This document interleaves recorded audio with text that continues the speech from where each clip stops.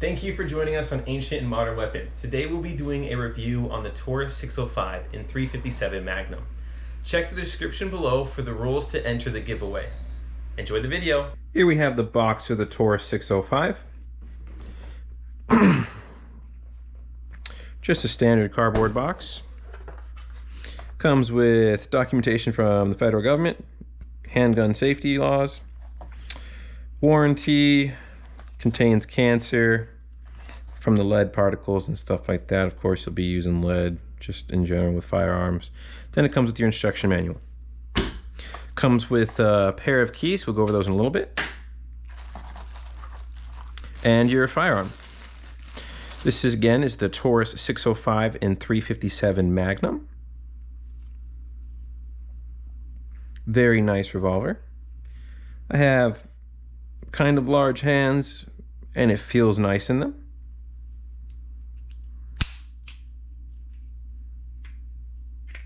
As you can see, yeah, it's unloaded. It has a I guess a cylinder protector here, orange cylinder protector for shipping and just in general use, I guess. Just as a flag that it's unloaded. Thus the orange color. So it's a snub nose revolver, 2 inches on the barrel, 357 Magnum. It's much like the Taurus 856, but that is in 38 Special. So this is just its bigger cousin.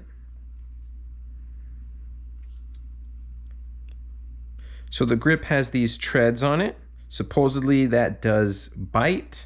However, it does reduce the recoil a little bit. So at least you're not getting directly on the steel frame, getting that direct impact into your hand, causing future problems. Hopefully it does its job well. We'll find out at the range. Let's look at the double and single action. Just smooth get up.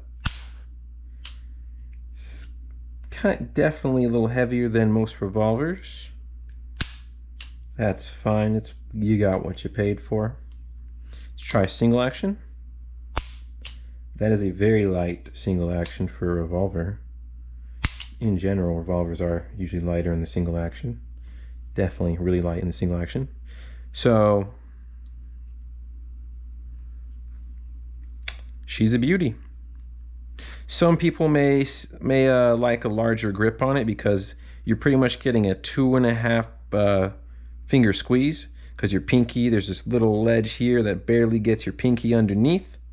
So you can still technically call that a 3 finger. However, yeah, good luck with that.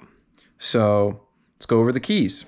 So here you have on the back of your hammer is their hammer safety lock. So instead of having a cable lock or a trigger lock or something like that, you have these little hex key tools to actually put in there and lock the hammer to the frame and the internals. So the hammer itself can no longer move. So if you do that, it's a safety at that point. So you don't have a cable lock sticking out the side or a trigger lock ruining your trigger guard, whatever it is. And so it's a good design. However, most people, it's a step in a new direction. A lot of people don't like new stuff. I don't know, we'll find out. So it's kind of a hex key, but the center is hollowed out. So you can't just use any hex key from somebody's toolbox. You gotta actually use your keys. So good thing somebody can't just open up your firearm if you just locked it with your hex key tools there. So let's take it to the range and find out. Let's try single action first, okay? Oh, brother.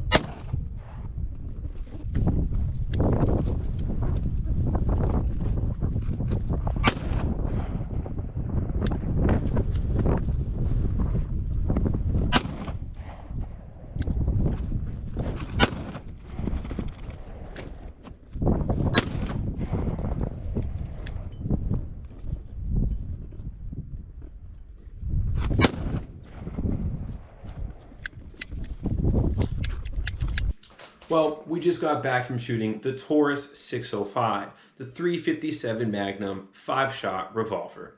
So we had a couple problems with the 357 ammo that we were using, but I think that was the ammo's fault because the projectile was actually seated outside of the shell too far for the cylinder to actually rotate into place to shoot that next round.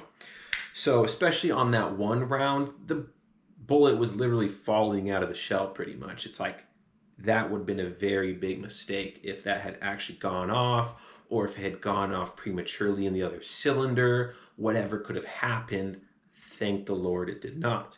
So here we go. We have the Taurus 605, which again, I don't think it was the revolver's fault. It was the ammo we were using. You know, it's all this COVID ammo. You don't exactly get what you wanted, and you're paying 3 times as much for it. A lot of companies are trying to mass produce ammo faster to get it out to us lovely citizens who love to carry, who love their weapons. So quality control may be going down. It might be the same and just they let a couple rounds slip by. However, that's life. So let's go over the revolver. The grip did leave some tire treads in my hand upon firing the 357, not so much in the 38, but it was still okay. I didn't feel like it was jabbing me. It wasn't really biting. I can definitely see the treads after taking my hand off the revolver, but that is expected to do with recoil. The recoil is pushing straight back into your hand, leaving the tire treads across my palm. That's fine. That's what those are made for, to get more texture, to add more grip to the actual grip of the firearm. So a couple things is on the reload, we used some stripper clips, the speed clips, and they worked okay. The cylinder spacing between them, you could really only maximize with 2 rounds per reload. Some cylinders you can actually load up to 3 with those. However, this one you cannot. Watch out if you're going to use the cylindrical reloaders. You may get a hang up on the actual grip here, because the grip, that thumb lever, the thumb support, sticks out pretty far and inhibits the cylinder to be reloaded. So watch out with that if you want to upgrade your grip there to actually get another pinky on it or something like that. Make sure you have a clear area where you can actually reload properly and more efficiently. So one thing I really did not like about it was the safety, or the locking mechanism to safe handle your firearm. So it's in lock right now, which it was explained to me as a hammer locking system, where the screw would actually lock into the frame and actually lock into the internals as a screw would. It would screw into the device. But instead of clockwise rotating it, it actually will protrude, so it'll actually pull the head of the screw out, as you can see there. And then the hammer still moves, which is a scary thing. The hammer can still move back, but it's just a block at that point because the screw head is actually sticking out. So when you move the hammer back, it actually bounces, actually gets blocked by the steel frame. That is scary in my opinion, because maybe, I don't know, you have a hot ammo or something like that, and your hammer can still fall on that round. So you would still be able to move the hammer a little bit. I don't think it has enough power to actually set off a round, but in any given case, I would not let that even be a chance. If somebody could put ammo in your gun while it's in lock, because as you can see, cylinder can open, the lock is on, people pop ammo in there. As long as it falls on the hammer has enough power, you might be able to get the round to go off. So I really don't like that. It's annoying. It's not a true lock, really. It's like, it's just a block.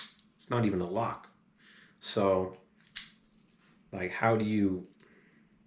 I would still end up using a trigger lock or some kind of cable lock to secure my firearm. But, you know, to each his own.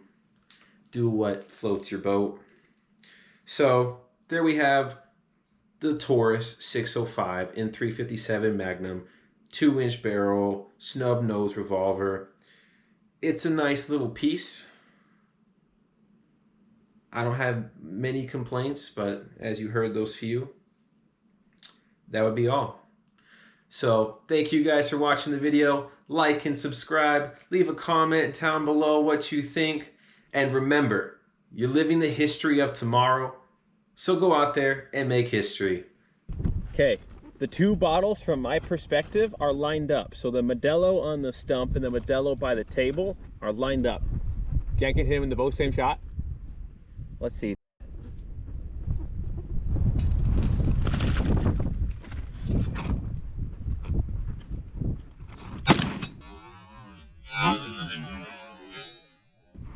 Yeah! Woo! I did it! I got them both in one shot.